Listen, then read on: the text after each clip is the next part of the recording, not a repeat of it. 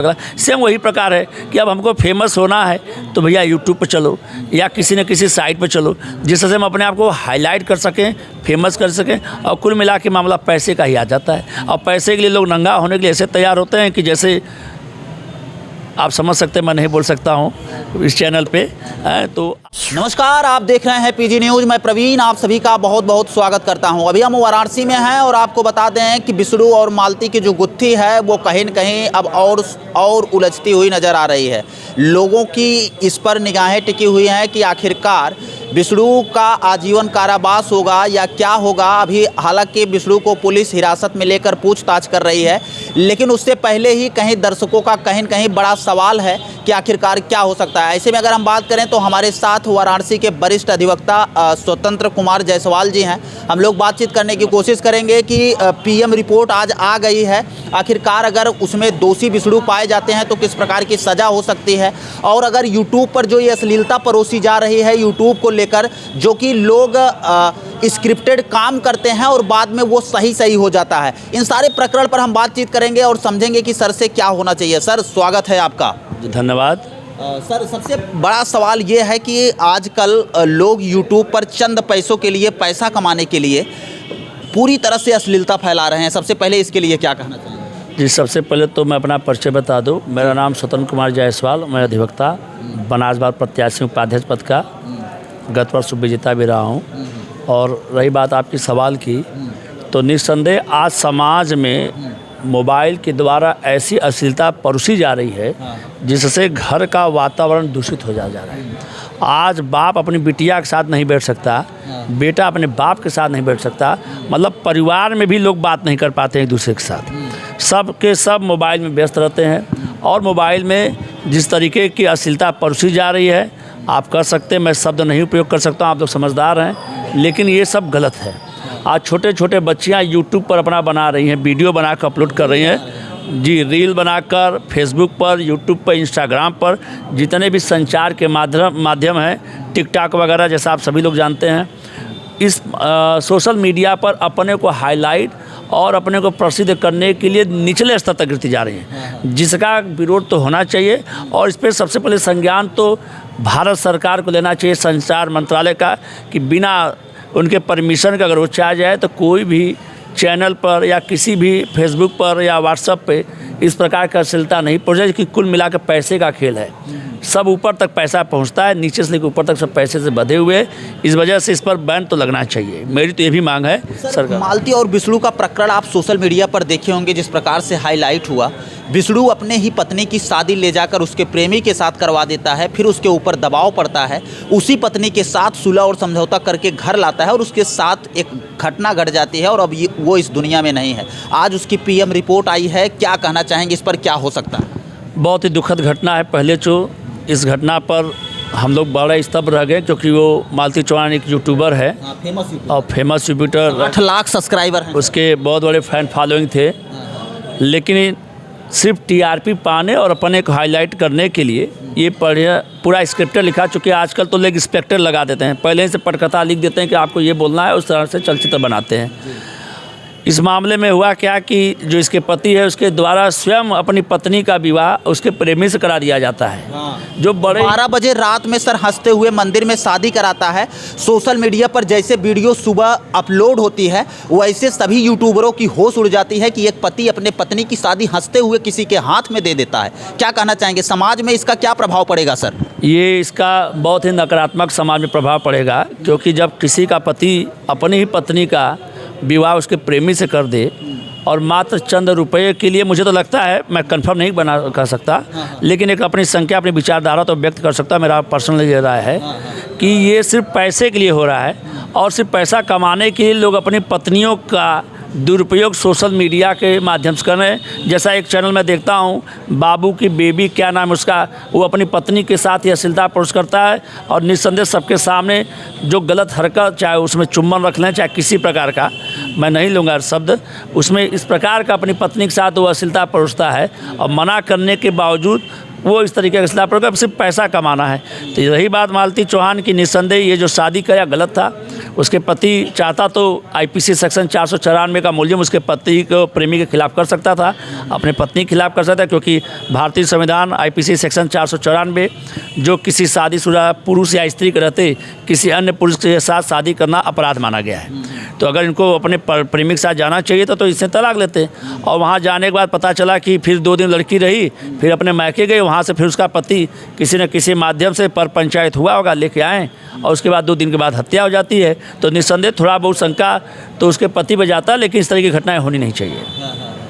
अच्छा, जिस प्रकार से ये देखा जाए सर कि समाज में लोग अश्लीलता को फैला रहे हैं, इसको रोकने के लिए क्या होना चाहिए? अगर बिष्णु इस मामले में दोषी पाया जाता है तो उसकी सज़ा कैसे किस धाराओं में हो सकती है? अब ये तो देखिए, मैं कुछ कहें, ये तो पार्ट ऑफ इन्वेस्टिगेशन, जांच का विषय है कि बिष्णु उसमें दोषी है कि नहीं। वो तो वहाँ की पुलिस जो लोकल थाना होंगे वो अपना देख रहे होंगे, उस विवेचना पर मैं कुछ टिप्पणी नहीं करूँगा। बट निस्संदेह अगर बिष्णु इसमें अगर शंका व्यक्त करते हैं कि अगर वो मारा होगा तो 302 का मुल्जिम वो बनेगा, ये मेरा परसेप्शन है, एक मेरा शंका के आधार पर मैं बोल रहा हूँ। वो तो पुलिस का पार्ट ऑफ विवेचना है, विवेचना में जैसा आएगा पुलिस उस हिसाब से एक्शन लेगी। अगर उसमें दोषी पाए जाते हैं तो 302 के मुल्जिम बनेंगे। अगर किसी को उकसाने से या वो मरी होगी, अपने से फांसी लगाई होगी, तो 306 के मुल्जिम बनेंगे। तो पार्ट ऑफ इन्वेस्टिगेशन है जो जांच के बाद पुलिस की विवेचना के आधार पर क्लियर होगा। जी सर, क्या नाम हो आपका? मैं सुशील कुमार मौर्य, सेंट्रल बार से पुस्तकालय पद का प्रत्याशी हूँ। अच्छा सर, ये जो प्रकरण है बिष्णु और मालती चौहान का, जो आप देख रहे होंगे लगातार सोशल मीडिया पर, क्या कहना चाहेंगे इस पे? आपका क्या व्यू है? इस घटना से प्रथम दृष्टया तो ये समझ में आता है कि लोग अपनी पर्सनल लाइफ को कैसे सार्वजनिक कर दे रहे हैं। यूट्यूब पे, फेसबुक पे आज खोलिए तो कितने ऐसे वीडियोज होते हैं कि उससे अगर आप देख लीजिए तो लगता है कि हम आप तो बड़े हैं, समझदार हैं। अगर यही जो 18 वर्ष के नौजवान हैं वो देख लें तो उनका समाज में क्या समाज के बारे में वो सोचेंगे और समाज उनको क्या सिखा रहा है।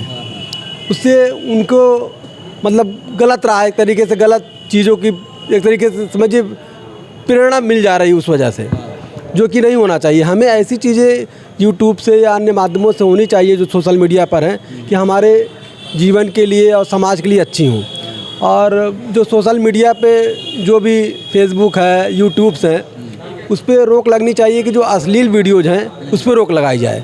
और जिनके द्वारा ऐसा वीडियोज़ प्रसारित किया जाता है उनके ऊपर सख्त कार्रवाई की जाए, जैसे आने वाले समय में इस प्रकार की वीडियोज़ लोगों तक ना जाएं और समाज में गलत संदेश ना जाए। सर, पति पत्नियों का जो झगड़ा होता है उसको सोशल मीडिया पर लाना, उसकी रिकॉर्डिंग को वायरल करना, ये कहाँ तक सही है? बिष्णु राज ने सर सबसे पहले अपने पत्नी का रिकॉर्डिंग वायरल किया था और उसी रिकॉर्डिंग वायरल के नाते ये विवाद धीरे धीरे बढ़ता गया। उसमें गोरखपुरिया भौजी का भी बहुत योगदान है। वो क्या करती थी, डेली अपने चैनल से वो वीडियो अपलोड करती थी और अपडेट देती थी कि इन दोनों के झगड़े में क्या हो रहा है। तो कहीं न कहीं मामले को तूल पकड़ाने में उनका भी हाथ है। क्या कहना चाहेंगे गोरखपुरिया भौजी के लिए?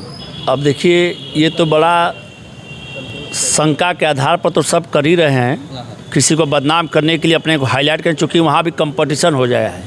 गोरखपुरिया भौजी वो अपने को हाईलाइटेड करने के लिए, चूँकि उनके अधिक फॉलोवर हैं, तो पैसा आप जान रहे हैं कि इसमें पैसा यूट्यूब से 1000 पर 40 पैसा कैसे कैसे क्या सिस्टम है उसमें। तो अपने को फेमस करने के लिए जितनी जिसकी फैन फॉलोइंग अधिक होगी उसका अधिक पैसा होगा। अब आप रही बात गोरखपुरिया भौजी की बतिया रहे हैं, तो वहाँ तो ऐसे ऐसे अश्लीलता पर मतलब फैला रहे हैं कि लोग अपने को नंगा तक दिखाने के लिए आतुर हो जा रहे हैं। आप चाहे मतलब सोशल मीडिया पर आप भी अपडेट रहते हैं, अगर नंगा की बात कर दिए तो इसका मतलब आप देखते हैं? सर नहीं, मैं देखता नहीं, कभी कभी जैसे आपके माध्यम से, समाचार के माध्यम से, चाहे यूट्यूब में कहीं कहीं किसी दोस्तों के साथ बैठा तो आ जाता है कहीं कहीं ये, और इसका हम लोग विरोध करते ही हैं। हम लोग तो इस पर विचार बना रहे हैं कि एक भारत सरकार आदरणीय प्रधानमंत्री मोदी जी को एक लेटर पैड वाराणसी के चूँकि सांसद होने के नाते, बनास के सांसद होने के नाते अधिवक्ता भाइयों के द्वारा एक लेटर भी जाएगा उनको कि यूट्यूब पर जो परिवार का आज विखंडन हो रहा है, आज छोटे छोटे बच्चे इस प्रकार के ले रहे हैं डिसीजन कि आज किसी का कोई रिस्पेक्ट नहीं कर रहा है। सिर्फ और सिर्फ आप मीडिया, सोशल मीडिया के माध्यम से जो लड़के गलत हरकत कर रहे हैं, चाहे लड़के चाहे लड़कियां, इसका विरोध होना चाहिए और उन लोगों के खिलाफ कठोर कार्रवाई होनी चाहिए जो अश्लीलता परोस रहे हैं। जो कर रहे हैं तो उनके खिलाफ तो होना ही चाहिए। ऐसे लोगों का भी देखिए, एक मामला आया था एलवीस यादव, जो अपने आप को बहुत यूट्यूबर बिग बॉस क्या जीता हुआ था, वो भी जाके वहाँ सारा, मतलब ये लोग पैसे के लिए कुछ भी कर सकते हैं, जनता की भावनाओं से खेलते हैं। वोट लेंगे, फैन फॉलोइंग बनाएंगे और रुपया जब कमाने लेंगे तो फिर इनके पास चाहत बढ़ जाती है कि कैसे अधिक से अधिक रुपया हम कमाएं। तो पता चला कि शराब और सांपों का जहर बेचता था। यहाँ यूट्यूबर लोग अपने को बेचने के लिए, नंगा होने के लिए कोई भी शर्म नहीं है। तो इनके खिलाफ तो कठोर कार्रवाई होनी चाहिए, मुकदमा लिखा जाना चाहिए ऐसे व्यक्तियों के खिलाफ, ऐसे चैनल के मालिकों के खिलाफ लिखना चाहिए, यूट्यूब पर FIR होना चाहिए कि ऐसे लोगों को प्रतिबंधित करें। जिस प्रकार कई सांसदों का जब फेसबुक से कट गया ना, काट सकते हैं भारत सरकार, तो इन लोगों को तो ऐसे ही बैन करना चाहिए जो समाज में गलत संदेश पैदा कर रहे हैं, लोगों को तोड़ने काम कर रहे हैं। और सबसे बड़ी चीज़, विचारों में विघटन होता जा रहा है, जो संस्कारों में गिरावट होती जा रही जो पहले होता था। बिल्कुल।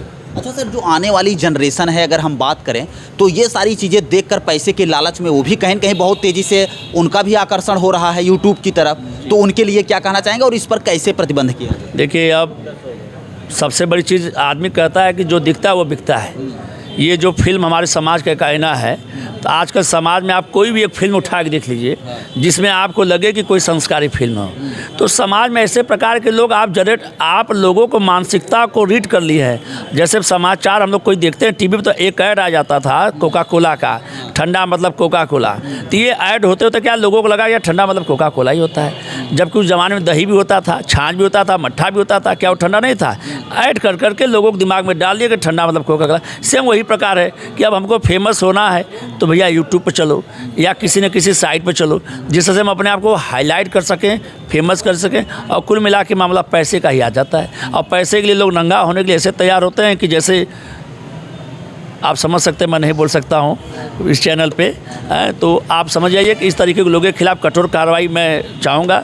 एक लेटर पैड हम लोग आदरणीय उत्तर प्रदेश मुख्यमंत्री योगी आदित्यनाथ जी को भी हम लोग भेजने वाले हैं और प्रधानमंत्री जी को भी इस पर लिखा जाएगा। ये बहुत ही घातक होने जा रहा है। आज के समय ये युवाओं को तोड़ने, घर घर को तोड़ा जा रहा है सिर्फ सोशल मीडिया द्वारा, क्योंकि छोटे छोटे बच्चियाँ भी मैं देख रहा हूँ, 10 साल 12 साल की बच्चियाँ मोबाइल पा गई, वो सब भी यूट्यूब पर चल रही हैं, अब रील बना रही हैं, फेसबुक पर अपलोड कर रही हैं। अच्छा बुरा आप कोई भी फेसबुक पर रील देखिए, नंगा होने में समय लोग नंगे हो जा रहे हैं उसी पर, सिर्फ किसी लिए पैसे, तो उनके खिलाफ FIR होना चाहिए। आप भारतीय संस्कृति में औरतों को दुर्गा के रूप में पूजा जाता है, स्त्रियों को माँ के रूप में हम लोग देखते हैं, लेकिन इस तरीके का जो कल्चर आ रहा है ये तो सामाजिक विघटन हो रहा है, विचारों का विघटन, नैतिकता का विघटन।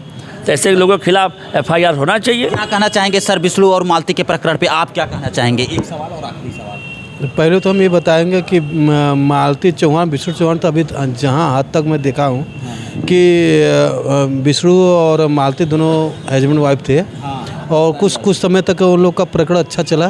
3 साल तक, शादी के 3 साल तक चला। 3 साल में सब कुछ हो गया, खाली एक दूसरे के ऊपर शक के दायरे में और सोशल मीडिया पर पैसा कमाने के चक्कर में। और कुछ विशेष ऐसा होगा उन लोग के बीच में, क्या हुआ इन लोग के बीच में ऐसा हुआ कि एक बार मालती इसी पकड़ ली थी उनको, मतलब उनको पता चला कि विष्णु किसी और फेयर में है, और उसके बाद वो ऐसे सदमा नहीं बर्दाश्त कर पाई और वो चाह भी रहे थे कि विष्णु के ये हमारे रास्ते का कांटा इसको हट जाए।